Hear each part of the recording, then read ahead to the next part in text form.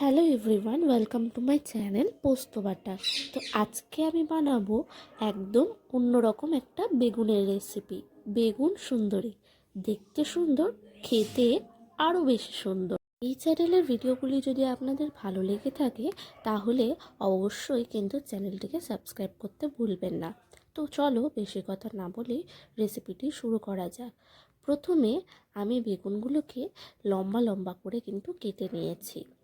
এরপর এই বেগুনগুলোকে ভালো করে ধুয়ে নেব, আর তারপরেই জল ঝরিয়ে তাতে দিয়ে দেব নুন, হলুদ আর লাল লঙ্কা গুঁড়ো। এগুলোকে একসাথে আমি ভালো করে মাখিয়ে কিছুক্ষণের জন্য রেখে দেব।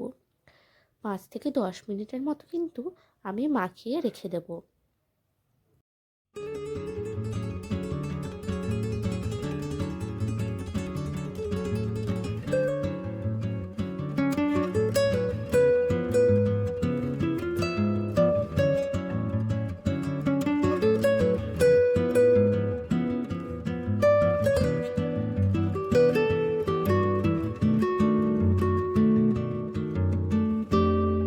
এরপর আমি একটা কড়াইতে নিয়ে নেব পরিমাণ মতো সর্ষের তেল। আপনারা চাইলে সর্ষের তেলের জায়গায় সাদা তেলও ব্যবহার করতে পারেন।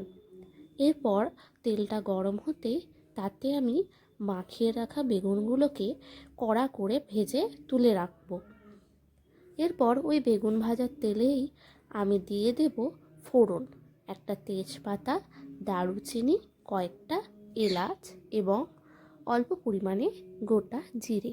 এবার একসাথে আমি এগুলোকে হালকাভাবে নাড়াচাড়া করে নেব, আর গ্যাসের ফ্লেমটাকে আমি লোতেই রাখবো। আর এখানে যেহেতু আমি বেগুন ভাজার তেলেই ফোড়নটা দিয়েছি, তাই তেলটাকে কিন্তু একটু কালচে দেখাচ্ছে। আপনারা চাইলে তেলটাকে পাল্টেও নিতে পারেন। ফোড়নের সুন্দর গন্ধ উঠতেই দিয়ে দেব থেতো করে রাখা আদা, এবং আদাটাকে দিয়ে আমি ভালো করে কিন্তু আবারও নেড়ে নেব। এবং আদাটার কাঁচা গন্ধ চলে যাওয়ার পরেই আমি কিন্তু দিয়ে দেব মশলাগুলোকে। দিয়ে দেব ধনে গুঁড়ো, জিরে গুঁড়ো, হলুদ গুঁড়ো, লাল লঙ্কা গুঁড়ো। দিয়ে আমি ভালো করে কিন্তু আবারও কষিয়ে নেব মশলাগুলোকে, এবং তারই পাশে পাশে দিয়ে দেব নুন আর সামান্য চিনি।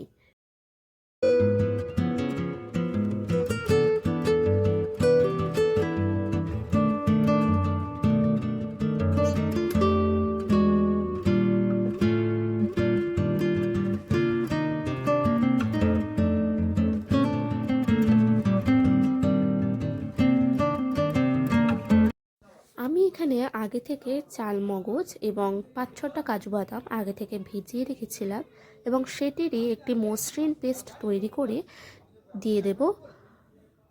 এবং গ্যাসের ফ্লেমটা কিন্তু আমি লোতে রাখবো, এবং দিয়ে ভালো করে কিন্তু আবারও কষিয়ে নেব। সব কিছু ভালো করে মিশে গেলে দিয়ে দেব আধ বাটি টক দই, এবং ধীরে ধীরে নেড়ে একটা সুন্দর ক্রিমি গ্রেভি তৈরি করে নেব।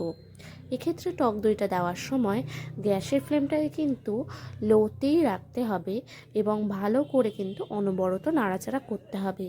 তা না হলে টক দইটা কিন্তু ফেটে যেতে পারে।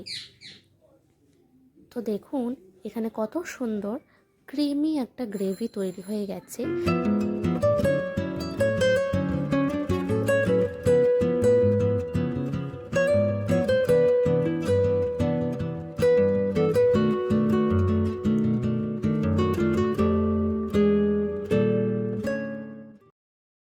এরপর আমি ওই টক দইয়ের বাটিটা ধুয়েই অল্প একটু জল ব্যবহার করেছি। এরপর আমি এর মধ্যে দিয়ে দেব ভেজে রাখা বেগুনগুলোকে, এবং কয়েক মিনিট ভালো করে ফুটিয়ে নিয়ে নামিয়ে নেব। আর ব্যাস, তৈরি হয়ে গেল আমাদের বেগুন সুন্দরী। গরম ভাত কিংবা পোলাওয়ের সাথে একদম পারফেক্ট। রেসিপিটা ভালো লাগলে অবশ্যই লাইক, কমেন্ট আর শেয়ার করে দেবেন। আর এমন নতুন নতুন রেসিপির জন্য সাবস্ক্রাইব করতে ভুলবেন না। তো দেখা হচ্ছে নেক্সট ভিডিওতে।